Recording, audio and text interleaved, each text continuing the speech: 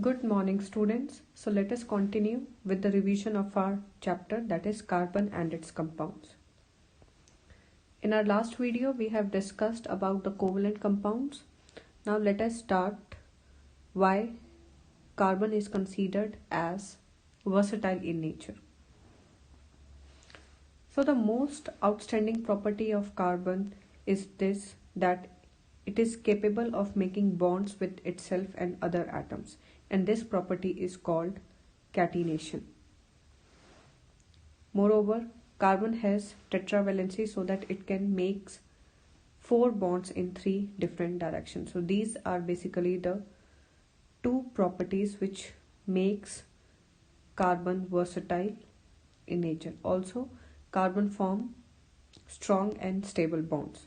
So large carbon compounds is because of the property catenation, tetravalency, and strong and stable bonds. Now let us talk about hydrocarbons. Hydrocarbons are the carbon compounds with hydrogen and carbon only. They can be of two types, saturated and unsaturated. So saturated means carbon compounds with single bond, and unsaturated means carbon compounds with double or triple bonds. Saturated hydrocarbons are also called alkanes with the formula CnH2n plus 2, and the suffix for this is ane. Unsaturated hydrocarbons can be alkenes or alkynes. Alkenes means double bond and alkyne means triple bond. Alkene has the formula CnH2n, where n starts from 2, 3, 4 and so on. Also, alkene has the formula CnH2n minus 2. In this also, n is equal to 2, 3, 4 and so on. So here it is written single bond, double bond and triple bond. The suffix for alkene is ene and the suffix for alkyne is ine.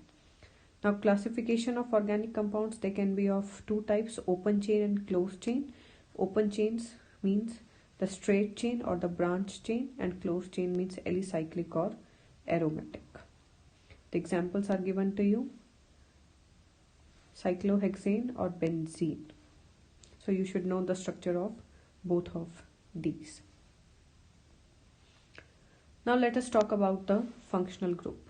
So basically we are going to study about 5 functional groups, and functional groups are basically the atoms or group of atoms which makes the carbon compounds reactive and also decides its properties. So about these 3 we have discussed just now. Alkenes means single bond, suffix ane; alkene double bond, suffix ene; and alkyne triple bond, suffix ine. So the first functional group is alcohol with the formula OH and its suffix is ol. Next is aldehyde. Aldehyde formula CHO. The carbon makes double bond with oxygen and single bond with hydrogen. The suffix is al. Next is ketone. The formula is C double bond O and the suffix is on. The one important thing about ketone is that this functional group always comes or exists between 2 carbon atoms. So methanol or ethanol doesn't exist. It's always start from the propanol. Carboxylic acid.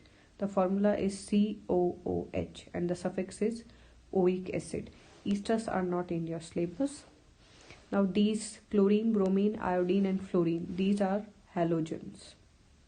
So this is halo group. Halogens means salt producing. So chlorine for Cl, bromine Br, iodine I and fluorine F. And the prefix you can see chloro, bromo, iodo and fluoro. So these are basically the 5 important functional groups. And one thing more, if one carbon atom is present, the prefix will be meth. The carbon compounds will start from meth. 2 carbon atom is present, then it will start with eth.